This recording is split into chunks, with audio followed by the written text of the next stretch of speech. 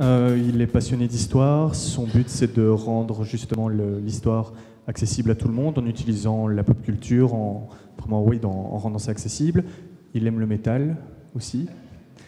Beaucoup. Et il ne supporte pas qu'on le compare à Stéphane Bern. Je vais pouvoir en reparler, il n'y a pas de problème, on a une petite demi-heure, ça va être bien. Donc voilà, nota bene. Déjà, enchanté, bonjour à tous, merci pour l'invitation Florian et puis de nous avoir tous réunis ici. Donc, je ne vais pas vous faire une conférence aussi brillante que mes camarades du MOOC, ce sera surtout un retour un petit peu d'expérience sur ce que j'ai pu vivre et comment j'ai développé la chaîne et comment mes réflexions finalement autour de l'histoire sont venues avec la construction et la pérennisation de la chaîne. Donc tout d'abord, je tiens à préciser que je ne suis pas historien. Je n'ai même pas une formation d'historien puisque j'ai fait un bac électronique, donc ça n'a strictement rien à voir. Et j'ai enchaîné sur une fac d'histoire dans laquelle je ne suis resté que 6 mois, puisque j'ai eu l'opportunité par la suite de vivre d'une de mes passions premières qui est l'audiovisuel. Et donc j'ai rencontré un réalisateur qui m'a fait rentrer dans le milieu et maintenant ça fait un peu plus de 10 ans que je travaille dans l'audiovisuel, d'abord en tant que cadreur-monteur, puis ensuite en tant que réalisateur et avec Nota Bene finalement auteur, chroniqueur. Donc j'ai lancé Nota Bene en 2014 pour la genèse un petit peu du projet.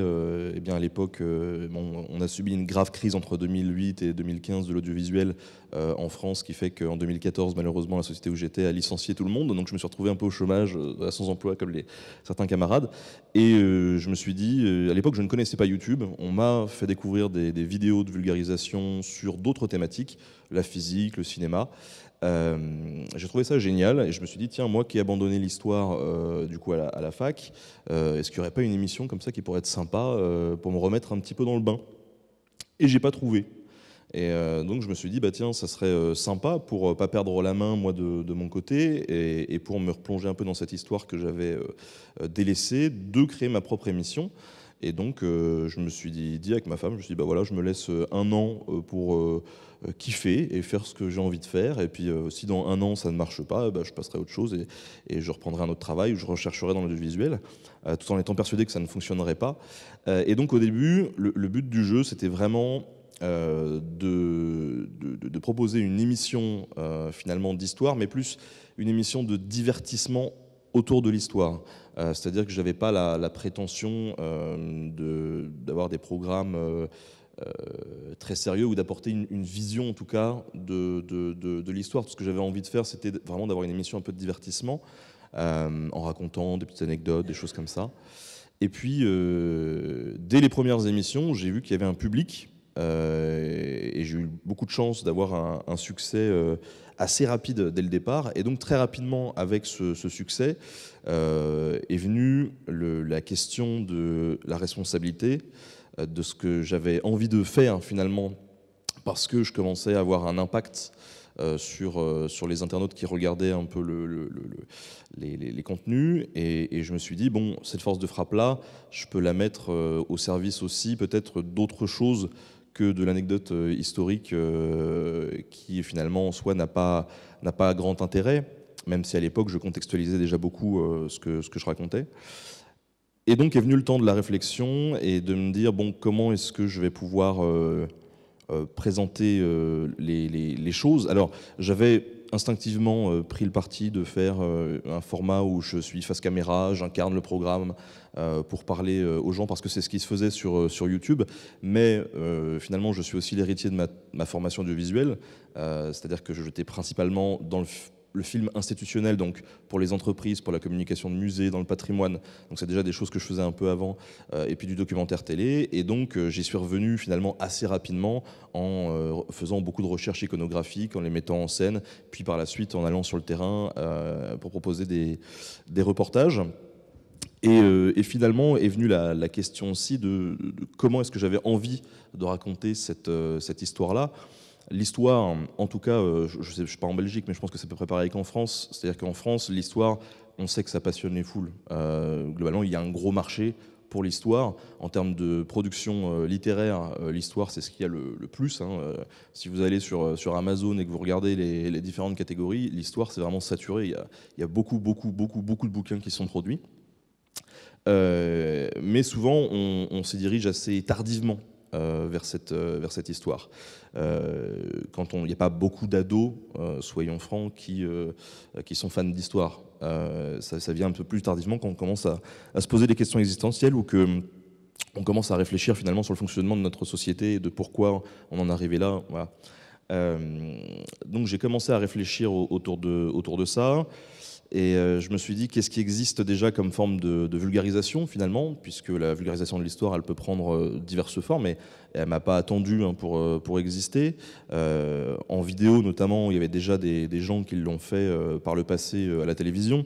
Moi je sais, quand j'étais en fac d'histoire, j'avais découvert Henri Guillemin, qui est suisse, et qui est aussi une version, enfin une vision très orientée aussi de certaines périodes de l'histoire. On avait Alain Decaux aussi, qui à la télé avait un certain succès. Et puis dans ma génération, il y a bien évidemment des gens comme Stéphane Bern et compagnie, Laurent Deutsch, qui ont fait des choses, voilà. Et de mon côté, il y avait cette réflexion profonde aussi sur qu'est-ce que finalement l'histoire. Et est-ce que l'histoire est celle qui nous est présentée par les émissions par exemple de Stéphane Bern ou les bouquins de Laurent Deutsch. Et moi, c'est pas une vision qui me satisfaisait. C'est pas celle que j'avais envie de transmettre finalement au public, puisque si la production, on va dire, de l'histoire d'un point de vue scientifique, c'est-à-dire d'un point de vue universitaire, elle se doit de tendre vers une certaine objectivité qui est illusoire, mais voilà, on se doit de tendre vers ça. La plupart des émissions de vulgarisation, elles sont incarnées, elles sont souvent biaisées aussi par les idéologies de leurs présentateurs. Et peut-être que j'y fais pas exception, puisque moi aussi j'ai une tradition politique, familiale, etc. Mais ce qui était présenté dans ces émissions-là, c'est souvent une vision de l'histoire qui, par les grands, par les nobles, par les aristocrates, par les rois, une histoire de la haute. Et c'est une vision de l'histoire propagée au public qui, à mon sens, pouvait faire croire au public que l'histoire n'était faite que par les grands hommes ou les grandes femmes, et que finalement le peuple dans tout ça n'avait pas non plus un si fort impact. Et c'est vrai que c'est souvent des émissions dans lesquelles, pour me moquer, même si ça peut être très bien aussi pour comprendre certains enjeux, je dis souvent que c'est de l'histoire faux paillettes, mais ce qui est intéressant aussi, c'est qu'il y a une histoire scientifique, il y a une histoire sociale qu'il est important de pouvoir promouvoir. Et donc j'ai commencé assez rapidement dans les formats que je proposais à dériver, c'est-à-dire qu'au début j'avais un format principal, Nota Bene. Le but, c'est d'avoir une thématique un peu rigolote, les sports extrêmes dans l'histoire, les morts insolites des rois, de prendre quelques anecdotes, et ces anecdotes s'en servir finalement comme carotte pour développer tout un contexte historique. Et finalement c'est cette promesse de l'anecdote. On veut savoir, quand on clique sur la vidéo, comment est mort Charles VIII, on va quand même devoir intégrer le contexte dans lequel ce personnage vivait à l'époque. Donc moi, c'était vraiment ça le principe. Et puis, j'ai développé d'autres types de formats où là, j'ai commencé à aborder des thèmes de société à travers l'histoire. Donc j'ai pu revenir sur l'histoire de l'esclavage, l'histoire de la médecine, et d'avoir des grandes thématiques comme ça que je traitais. Alors c'est toujours un peu ethnocentré. C'est-à-dire que l'histoire de la médecine, il y en a plusieurs finalement des histoires de la médecine, et donc je sais un petit peu, on dit souvent que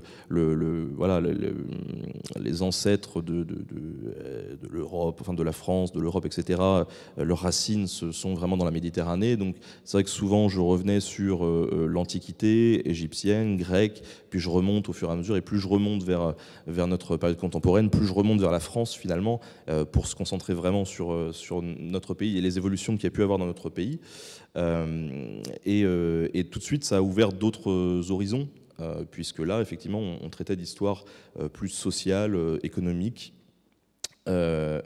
scientifique, et on ne se concentrait pas seulement sur des grands personnages, et ça pour moi c'était important parce que ça ouvrait quand même d'autres horizons. Et puis j'ai continué à réfléchir un petit peu à ce qui pouvait être pertinent et ce que j'avais envie de transmettre. Et très rapidement, moi, depuis tout gamin, je suis baigné dans ce qu'on appelle communément la pop culture. Et je me suis dit, la pop culture, c'est dans nos générations, c'est-à-dire la génération qu'on touche le plus sur YouTube, c'est les 18-35 ans, c'est quelque chose qui nous tient vraiment à cœur. Et on le voit, que ce soit sur des boutiques de goodies ou dans des trucs de vidéo à demande, machin. Enfin, tout ce qui touche à la pop culture, aux films des années 80, à Star Wars, à des trucs d'anime japonais, Totoro, machin et tout, c'est les trucs qui sont tout le temps numéro 1 des ventes ou les plus visionnés ou les machins. Et je me suis dit, mais en fait, il y a trop moyen d'utiliser ça pour parler d'histoire. Et c'est là que j'ai commencé à développer un autre format qui est Motion versus History, qui est un format qui se sert de la pop culture pour parler d'histoire, soit en faisant des comparatifs un petit peu, mais bon, c'est un exercice qui a vite ses limites parce que je trouve que c'est pas forcément intéressant dans une œuvre, qu'elle soit littéraire ou cinématographique, de dire ça c'est vrai, ça c'est faux, parce qu'il y a des choix de mise en scène. Ce que je trouvais intéressant, c'est de pouvoir dresser des parallèles, finalement. Et donc, j'ai pu dresser des parallèles entre Star Wars et l'histoire, entre Harry Potter et l'histoire. Dernièrement, j'ai même fait Pokémon et l'histoire, ce qui au début n'était pas gagné, quoi, parce que c'est vrai que les raccourcis sont pas évidents de prime abord, mais finalement ça fonctionne parce que ça touche tout de suite à un affect. Et Pokémon, voilà, Pokémon, moi c'est mes années collège.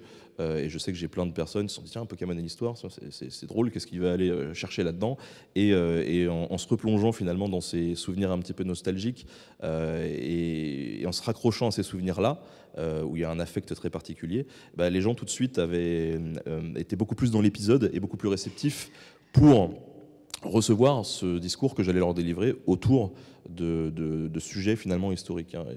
Autour de Pokémon, on peut très bien utiliser Pokémon pour parler des combats d'animaux, par exemple dans les cirques à Rome. On peut parler des naturalistes qui partent à la découverte du monde, 18e, 19e, puisque Sacha lui-même est un naturaliste qui part et qui collecte tout dans son Pokédex. Bref, il y a beaucoup de parallèles à dresser, et ça c'est assez amusant. Et puis, par la suite, notoriété faisant, et encore une fois j'ai eu cette chance vraiment, comme mes camarades à l'époque, d'arriver et d'avoir un boulevard, puisque quand je me suis lancé, moi je connaissais pas de chaîne, c'est pour ça que je me suis lancé. En fait il en existait mais qui n'avait pas encore beaucoup de notoriété. J'ai eu la chance d'avoir ce boulevard-là.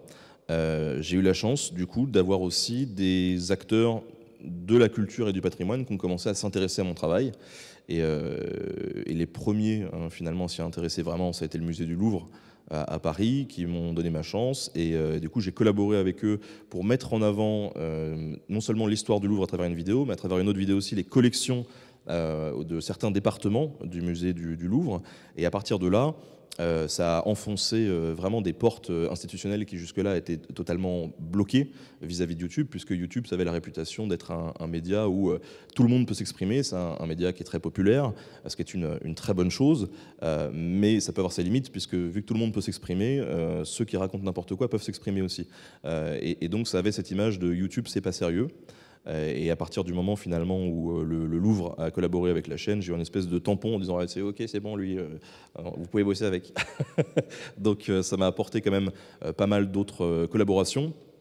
Ce qui a été intéressant pour moi parce que j'ai pu commencer à dégager des budgets pour aller sur le terrain avec des équipes et finalement me replonger aussi dans un peu ce qu'était mon ancien boulot, c'est-à-dire partir en équipe pour faire de la communication autour du lieu de patrimoine. Sauf que là, bon, j'ai l'avantage en plus de pouvoir y mettre ma petite patte et me lâcher, faire une petite blague de temps en temps pour rendre tout ça un petit peu plus ludique.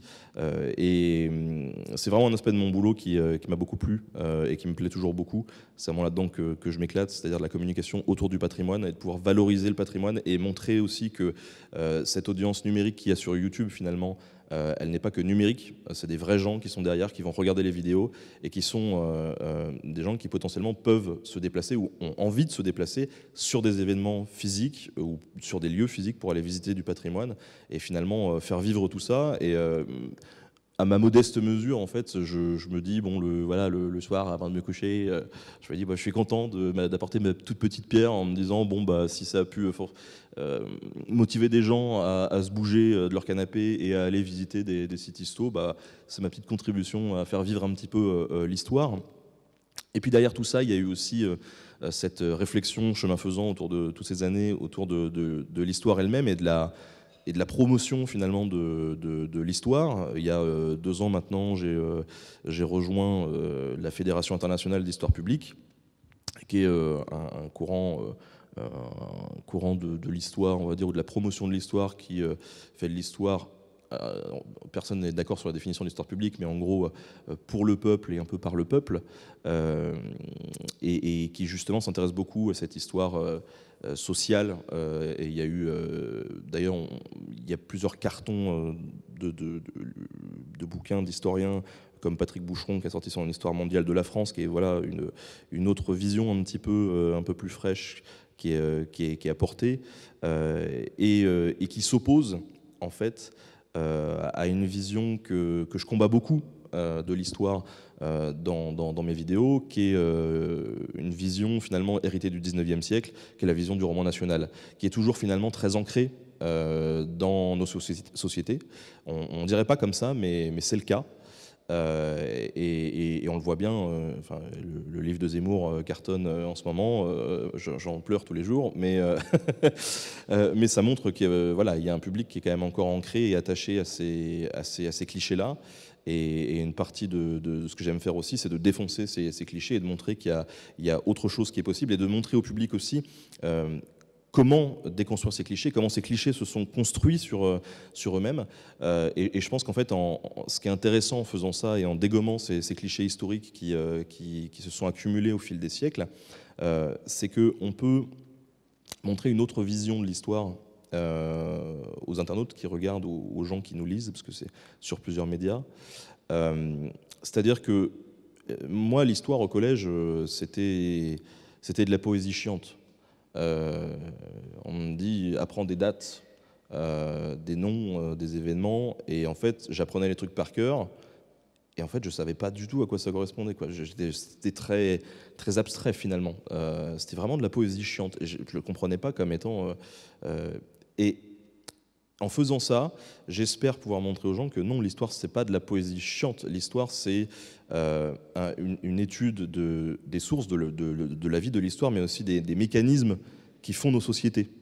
C'est ça qui m'intéresse vachement, c'est ça que j'ai envie de véhiculer, et de montrer que finalement l'histoire c'est une science, qui est une science sociale, qui sont souvent dévalorisées par rapport aux sciences dures, mais que c'est une vraie science, qu'on peut l'étudier, qui a un vrai intérêt, et que surtout en comprenant cette histoire, on comprend les mécanismes qui agitent l'histoire, et donc en comprenant ces mécanismes-là, ou en prenant du recul sur ces mécanismes-là, on est peut-être un peu plus à même de pouvoir analyser les mécanismes de la société d'aujourd'hui, et donc de peut-être mieux se repérer dans notre société actuelle, dans le paysage politique, économique, social, puisque l'histoire, j'ai dit, ça prend quand même différents visages.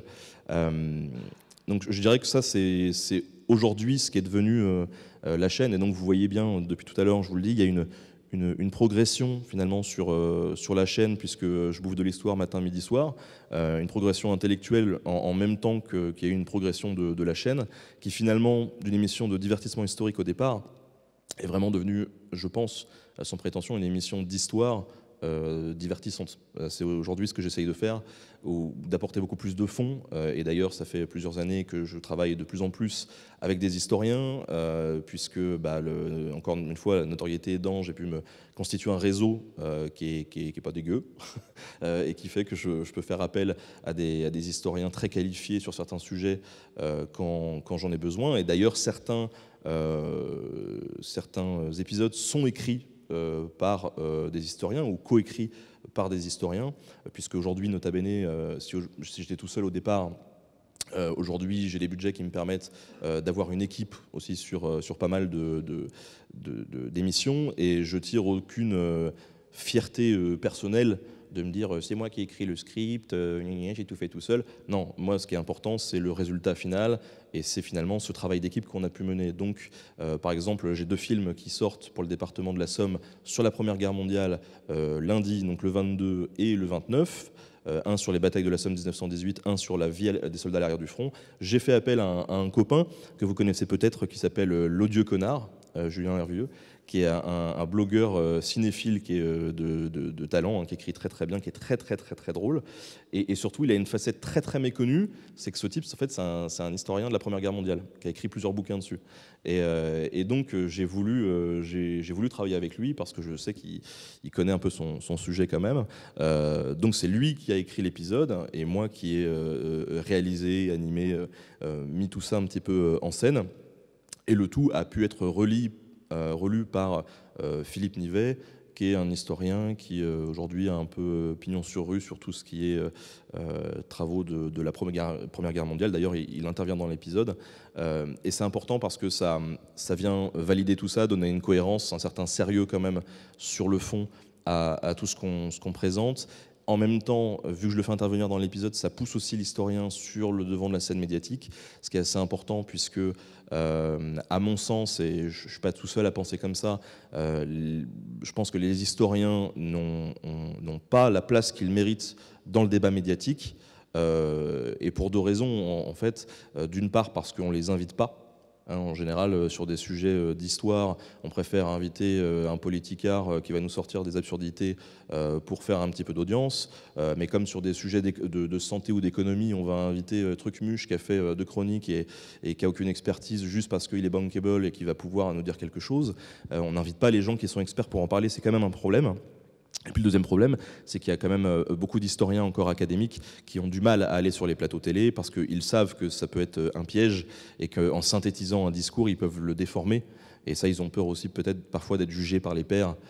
Mais bon, ça évolue quand même de plus en plus. Je ne sais pas combien de temps j'en suis, mais ce qui est intéressant en tout cas, c'est de voir que, depuis le début, j'ai montré patte blanche auprès des universitaires. Et il y a l'histoire a encore aussi cette réputation un peu d'une science, comme tu le disais tout à l'heure, Romain, comme pour la linguistique, une science peut-être gardée par une certaine élite.